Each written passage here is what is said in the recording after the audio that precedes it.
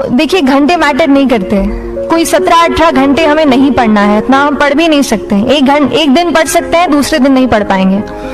5 से 6 घंटे ही आपको देने हैं, उतने निकालने हैं। पर वो जो वक्त आप अपनी पढ़ाई को देते हो, वो कंसिस्टेंटली आपको रोज उतना ही अपने पढ़ाई को देना है। Consistency is the key, that is the first and the most important thing जो आपको ध्यान में रखनी है। Good evening to everyone. तो मैं भोपाल से हूँ, भोपाली हूँ, लेकिन इंदौर ज़्यादा दूर नहीं है, तो आपसे कनेक्ट कर सकती हूँ।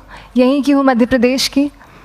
सबसे पहले तो ये कहूँगी कि जैसा मैम ने बताया कि मैंने कैसे शुरुआत की, या स्कूल में थोड़ा सा दिमाग में था। तो हाँ, स्कूल में थोड़ा सा कहीं सोचा था, कहीं शायद पढ़ लिया होगा, कहीं सुन लिया होगा कि नहीं IAS ऑफिसर नाम की कोई चीज़ होती है। लेकिन तब ये भी नहीं पता था कि यार UPSC नाम की कोई एग्ज़ाम है, सिविल सर्विस एग्ज़ाम है, उससे और भी पोस्ट में आप सिलेक्ट हो सकते हैं, ऐसा कुछ नॉलेज नहीं था। जब मैं अपने कॉलेज लेवल में आई, जब कॉलेज में एडमिशन लिया, मैंने भोपाल से ही प्राइवेट इंजीनियरिंग कॉलेज से केमिकल इंजीनियरिंग किया है। और उस दौरान मुझे, जब मैंने सोचना शुरुआत की कि क्या बनना है, कंटेम्पलेट किया कि एग्जैक्टली क्या करियर चाहती हूँ, तो लगा कि यार कहीं जो पुरानी ड्रीम थी, एक जो सपना था, वो अभी उसको सामने लाना चाहिए। फिर इस बारे में और पढ़ा, और तब खान स्टडी ग्रुप भोपाल में सेंटर वहाँ पे जैसे शुरू हो गया था, तो मेरा जो फाउंडेशन कोर्स है मैंने वहाँ से किया। और इस एग्ज़ाम के बारे में जो चीज़ें मुझे 1-2 साल में समझ में आई हैं, वो कुछ चीज़ें मैं आपसे शेयर करना चाहती हूँ। सबसे पहली चीज़ जो पहले जय और रचना हम दोनों बोल चुके हैं कि कंसिस्टेंसी। आप अगर दिन में, कई बार हमसे सवाल पूछते हैं कि आप कितने घंटे पढ़ाई करते हैं, तो देखिए, घंटे मैटर नहीं करते। कोई 17-18 घंटे हमें नहीं पढ़ना है, इतना हम पढ़ भी नहीं सकते। एक दिन पढ़ सकते हैं, दूसरे दिन नहीं पढ़ पाएंगे। 5 से 6 घंटे ही आपको देने हैं, उतने निकालने हैं। पर वो जो वक्त आप अपनी पढ़ाई को देते हो, वो कंसिस्टेंटली आपको रोज़ उतना ही अपने पढ़ाई को देना है। Consistency is the key, that is the first and the most important thing जो आपको ध्यान में रखनी है। दूसरी चीज़ इस एग्ज़ाम में मुझे लगता है इक्वली इम्पॉर्टेंट है, क्योंकि ये जर्नी लंबी होती है। जैसे एग्ज़ाम ही 1 साल तक चलती है, आप प्रीलिम्स देते हैं, फिर आप मेंस देते हैं, आप इंटरव्यू में जाते हैं पर्सनालिटी टेस्ट के लिए। तो एग्ज़ाम 1 साल तक खुद चलती है। उसके पहले मान लीजिए आप 1-1.5-2 साल पहले से प्रिपेयर कर रहे हो, तो ये जर्नी काफ़ी लंबी रहती है। उस जर्नी में मेंटली अपने आप को मोटिवेट रखना, अपने आप को बूस्ट करते रहना, वो भी इक्वली इम्पॉर्टेंट है। और इसीलिए अपने आप पर भरोसा बेहद ज़रूरी है। You need to have a faith in yourself कि अगर आपने इसमें कदम रखा है, अगर आपने सोचा है कि आप सिविल सर्विस एग्ज़ाम देना चाहते हैं और देंगे, तो आपको ये ठान के उसमें जाना है कि हाँ, मैं ये कर सकता या कर सकती हूँ। ये एक अपना मोटिवेशन, अपने साथ एक फेथ, बिलीफ अपने ऊपर आपको हमेशा रखना है। कमिंग टू प्रेपरेशन की कैसे तैयारी करनी है, बहुत सारी बातें आप सुन चुके हैं कि आंसर राइटिंग में कैसे करना होता है, आंसर राइटिंग का स्ट्रक्चर कैसा होना चाहिए। तो मैं शुरू में सबसे पहले ये कहूँगी कि मेरे प्रिपरेशन का बेस 2 चीज़ें रहीं। पहला था करंट अफेयर्स। करंट अफेयर्स इसलिए मैंने उसको उसी से शुरुआत की क्योंकि करंट अफेयर्स सबसे इंटरेस्टिंग पार्ट होता है। कई बार आपको हिस्ट्री कभी बोरिंग लगेगी, कई बार आपको लगेगा ज्योग्राफी इतना, कभी हर किसी के अपने अपने फेवरेट्स होते हैं। तो मुझे वो 2 सब्जेक्ट्स लगते थे कि यार इतना मन नहीं करता है। लेकिन न्यूज़पेपर्स और करंट अफेयर्स में जो भी नया चल रहा है, वो मुझे हमेशा इंटरेस्टिंग लगता था।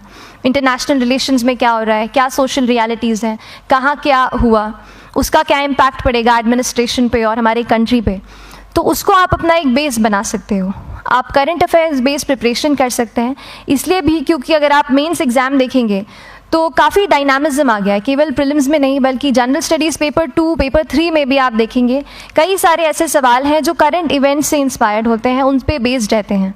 तो जब आप न्यूज़पेपर बेस्ड, करंट बेस्ड पढ़ाई करते हैं, तो वो आपका प्रिपरेशन वहाँ से भी कवर हो सकता है।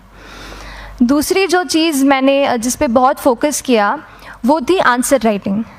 तो आंसर राइटिंग का, जैसे खान सर बता रहे थे कि आंसर राइटिंग की प्रैक्टिस बहुत की, तो उसके पीछे मेरा ये था कि जब मैं हमेशा प्रीलिम्स का कोई भी पेपर टेस्ट देती थी, हम मॉक टेस्ट देते हैं, तो मॉक टेस्ट देती थी तो हमेशा मेरे मार्क्स करीब 90 to 110, 120, इससे ऊपर मेरे कभी मार्क्स नहीं जाते थे। तो मुझे हमेशा ये डर था कि यार प्रीलिम्स में कहीं मेरा कुछ, क्योंकि कट ऑफ भी इसी कुछ रेंज में जाता है, तो हमेशा लगता था कि यार कुछ गड़बड़ यहाँ ना हो जाए।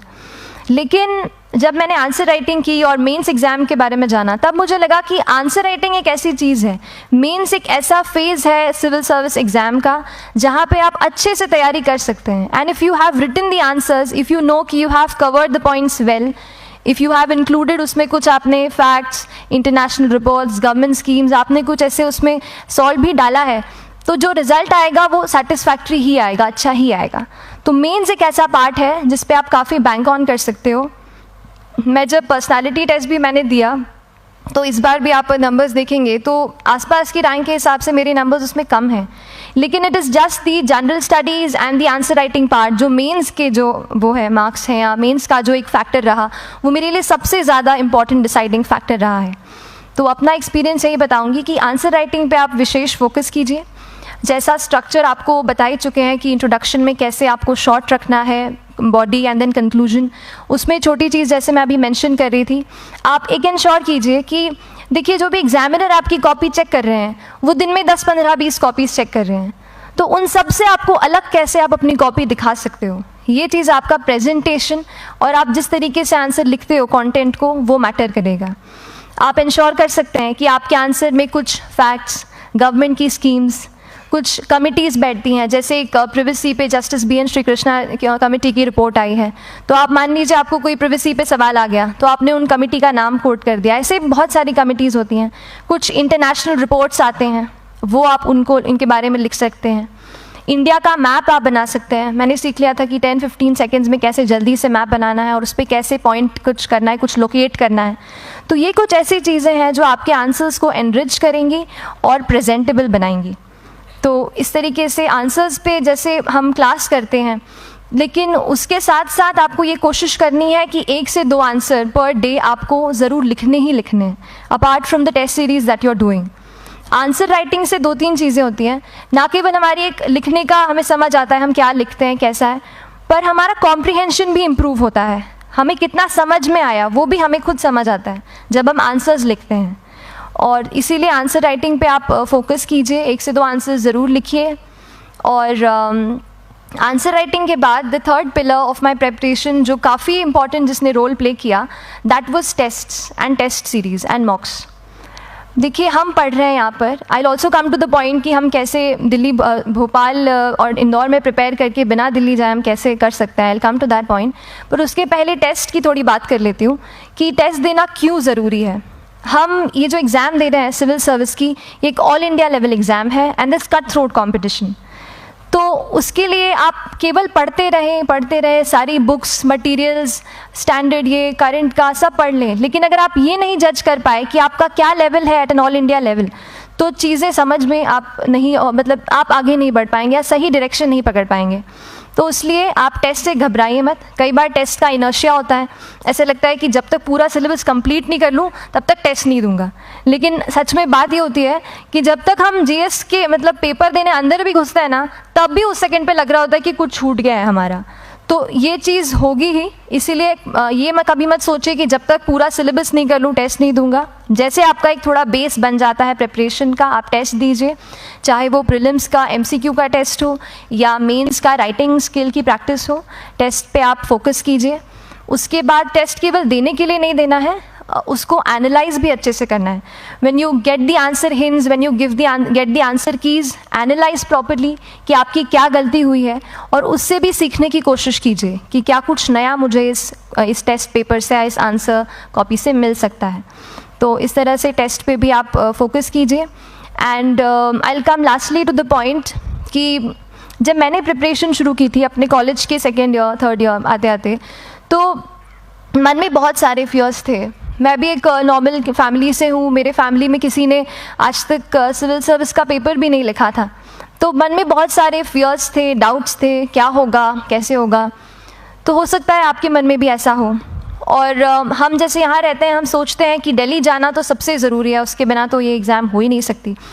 तो उस पर मैं एक चीज़ बताना चाहूँगी कि जैसे KSG जैसे इंस्टीट्यूट हैं, जो फैकल्टी भी हमें वही मिलती है जो दिल्ली में पढ़ा रहे हैं, तो ये एक बहुत पॉजिटिव पॉइंट है कि क्वालिटी का कोई दिक्कत नहीं आएगी। बस एक चीज़ है, आप ज्वाइन करते हैं class, that will only provide you a direction, वो आपका रास्ता दिखा सकते हैं आपको कि इस रास्ते पर आपको चलना है, लेकिन चलना उस रास्ते पे आपको खुद है। You have to work on your own. कभी ये मत सोचिए कि मैं वहाँ नहीं जा पा रहा हूँ तो नहीं हो सकता, यहाँ है, तो हम एक्सक्यूज़ेस बनाते हैं। कई बार चैलेंजेस आते हैं। तो मैंने कॉलेज के साथ प्रिपरेशन की, तो उसमें भी काफ़ी दिक्कत आती थी। कभी कभार कॉलेज की एग्ज़ाम होती थी तो इसमें मैं अपना उतना वक्त नहीं दे पाती थी। तो उस मोमेंट पे फिर प्लानिंग ने मुझे बहुत हेल्प किया कि हम किस तरीके से अपने कॉलेज के एग्ज़ाम के लिए प्लान कर लें। जैसे मैंने इंजीनियरिंग की है और मुझे पता है कि हम इंजीनियर्स 1 महीने से ज़्यादा पहले से पढ़ते नहीं हैं। पढ़ते हैं क्या? तो वो चीज़ आप ध्यान रख सकते हो, उसको अपना स्ट्रॉन्ग पॉइंट बना सकते हो। 1 से 1.5 महीना जब exam is approaching, I use to plan my entire syllabus का प्रिंट आउट निकाल के I use to make my notes. उस तरीके से उसको मैं उसको संभाल लेती थी। तो whenever you are managing those things together, focus on planning. किस तरीके से आप एक माइक्रो प्लान बनाएं, अपना डेली एक प्लान बनाएं, वीकली टारगेट सेट करें और एक ब्रॉड विजन दिमाग में रखें कि ब्रॉडली आप मंथ्स में क्या कवर करने वाले हैं। अगर आप प्लानिंग अच्छे से करते हैं तो ज़्यादातर पोर्शन आपका वहीं से कवर हो जाता है। और जब आप टारगेट्स बनाते हैं, उनको टिक करते हैं, तो एक सेंस ऑफ कंप्लीशन भी आपको मिलता है कि yes, I am on the right path और मैं सही जा रहा हूँ या जा रही हूँ। तो इस तरीके से प्लानिंग पे भी इक्वली फोकस कीजिए। एंड बस यही सिंगल बिगेस्ट मैसेज मेरी तरफ से यही रहेगा कि आपने अगर ठान लिया है, अगर आप सोचते हैं कि आप ये एग्ज़ाम क्रैक कर सकते हैं, तो आपको रोकने वाला और कोई नहीं, आप खुद ही हो सकते हैं। तो खुद आप अपनी रुकावट कभी मत बनिए, एक्सक्यूज़ेस मत बनाइए। ऑब्स्टिकल ज़रूर आएंगे, उन्हें आपको चैलेंज करना है। Challenges are meant to be challenged. तो सही तरीके से अपने ऑब्स्टिकल्स को हैंडल कीजिए और इस एग्ज़ाम में अगर आप सही स्ट्रैटेजी रखते हैं तो आप अपने एक अटैम्प्ट में ही इसको क्रैक कर सकते हैं। एंड एनीवेज आप जो भी अटैम्प्ट नेक्स्ट रखते हैं, दिल में यही रखिएगा कि जो ये मेरा नेक्स्ट अटैम्प्ट होने वाला है, ये मेरा बेस्ट अटैम्प्ट होने वाला है। कभी भी इस एग्ज़ाम को हाफ हार्टेडली मत दीजिए कि चलो देख के देखता हूँ कैसा है पैटर्न का एग्ज़ाम का। अगर एग्ज़ाम का पैटर्न देखना है ना, तो घर पे 3 घंटा टाइम लगा के एग्ज़ाम दे दो। बस केवल पैटर्न देखने के लिए एग्ज़ाम अटैम्प्ट मत कीजिए। जब आप एग्जामिनेशन हॉल में जा रहे हैं या कोई अटैम्प्ट आपने सेट किया है, तो अपना सब कुछ उस एग्ज़ाम को दीजिए। अपना टाइम, एनर्जी, फोकस, जितना भी करेक्ट आप उसमें पॉजिटिविटी डाल सकते हैं उसको दीजिए एंड पूरी तैयारी के साथ ही इस पेपर को दीजिए। And I am sure that you will succeed. So till then, all the very best to you and good luck. Thank you so much.